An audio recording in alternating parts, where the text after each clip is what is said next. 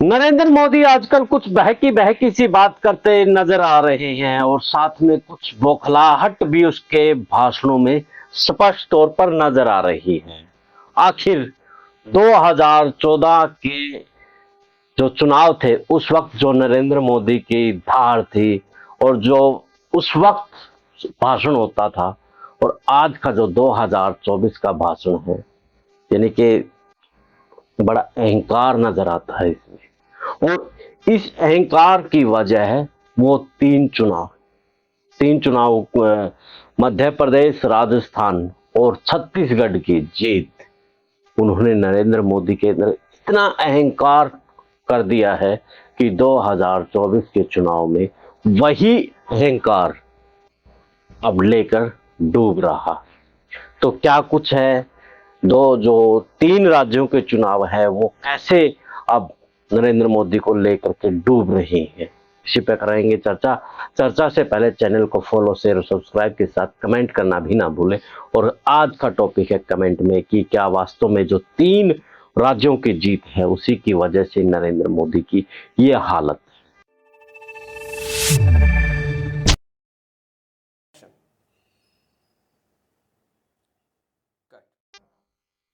सभी को नमस्कार, राम राम। मैं कुलदीप खंडेलवाल, दा विश्व प्रेम न्यूज और हरियाणा न्यूज। जिस वक्त तीन राज्यों की जीत भाजपा की हुई थी और चारों ओर भाजपा ढोल नगाड़ों से बड़ी खुशी मना रहे थे और कांग्रेस के अंदर मासूमियत थी, और जब मैं कुछ कांग्रेस नेताओं से मिला तो उनकी प्रतिक्रिया ली कि अब तो कुछ बचा ही नहीं पार्टी में। तब मैंने कहा था कि यही तीन राज्यों की जीत भाजपा को लेकर के डूब जाएगी। इसके पीछे मैंने तथ्य यही दिया था कि जो भाजपा का कॉन्फिडेंस लेवल है वो बढ़ेगा और उस कॉन्फिडेंस यानी कि ओवर कॉन्फिडेंस में वो कुछ गलतियां करेंगे, और कांग्रेस का जो मनोबल गिरा है उससे वो कुछ ना कुछ सीख लेंगे कि अगर 2024 का चुनाव हमने नहीं जीता तो फिर हम खत्म हो जाएंगे। तो ऐसा ही कुछ अब होता नजर आ रहा है। आप देख रहे हैं कि भाजपा के ओवर कॉन्फिडेंस के कारण ही भाजपा ने ऐसे लोगों को टिकट दी जिसके कारण से अब ना कार्यकर्ता जुड़ पा रहा है, ना नेता जुड़ पा रहा है, ना पदाधिकारी जुड़ पा रहे हैं उस नेता से। वो टिकटें इसलिए दी गई थी कि मोदी के नाम पर वोट मिलने थे। फेस जो भाजपा का चेहरा रहेगा, जो उम्मीदवार रहेगा, उसके नाम पर जो वोट है वो नहीं मिलेगा। सीधे तौर पर मोदी की गारंटी, इसलिए शब्द लेके आया कि मोदी की गारंटी जीत की गारंटी है। लेकिन अब परिस्थितियां पलटने शुरू हो गई, और पलटनी तब शुरू हुई जब दूसरी पार्टी के नेताओं को नरेंद्र मोदी ने टिकट दी। इनके भाजपा हाईकमान तो वही है आजकल जिसको लेकर के चर्चाएं रहती है कि अमित शाह और नरेंद्र मोदी दोनों ही सभी चीजें फाइनल करते हैं। तो वहीं से खेल इनका खराब होना शुरू हुआ, और जो कार्यकर्ता थे भाजपा के और नेता थे वो कहते नजर आए कि इन्हीं लोगों से हमें चिढ़ थी, इन्हीं के लिए हमें दाढ़ी बिछाना पड़ रहा है, इन्हीं के लिए हमें अब तैयारियां करना पड़ रही है, कुर्सियां बिछानी पड़ रही है, इनके नीचे काम करना पड़ रहा है। तो क्या फायदा हमें पिछले इतने सालों से भाजपा के लिए समर्पित भावना दिखाने की। वहीं से भाजपा का जो मनोबल है वो थोड़ा थोड़ा ढलना शुरू हुआ था, और अब ये हालत है कि अब भाजपा चाह करके भी चुनाव को उठान नहीं पा रही है।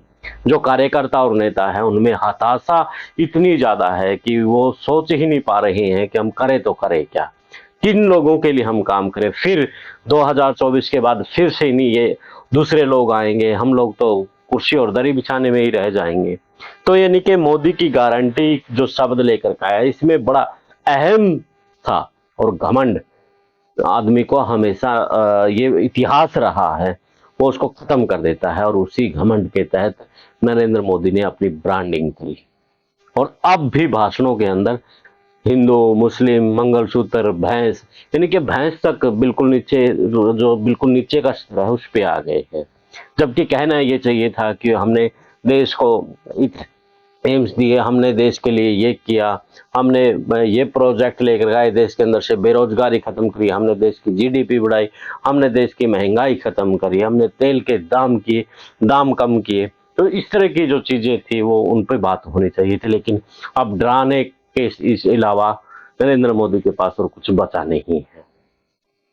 तो फिर उसी टॉपिक पे आते हैं कि जो 3 राज्यों की जीत थी, मध्य प्रदेश, राजस्थान और छत्तीसगढ़, तीनों की जीत ने भाजपा के अंदर इतना ओवर कॉन्फिडेंस पैदा कर दिया कि अब ये हालत हो चली है कि हर जगह विरोध का सामना करना पड़ रहा है।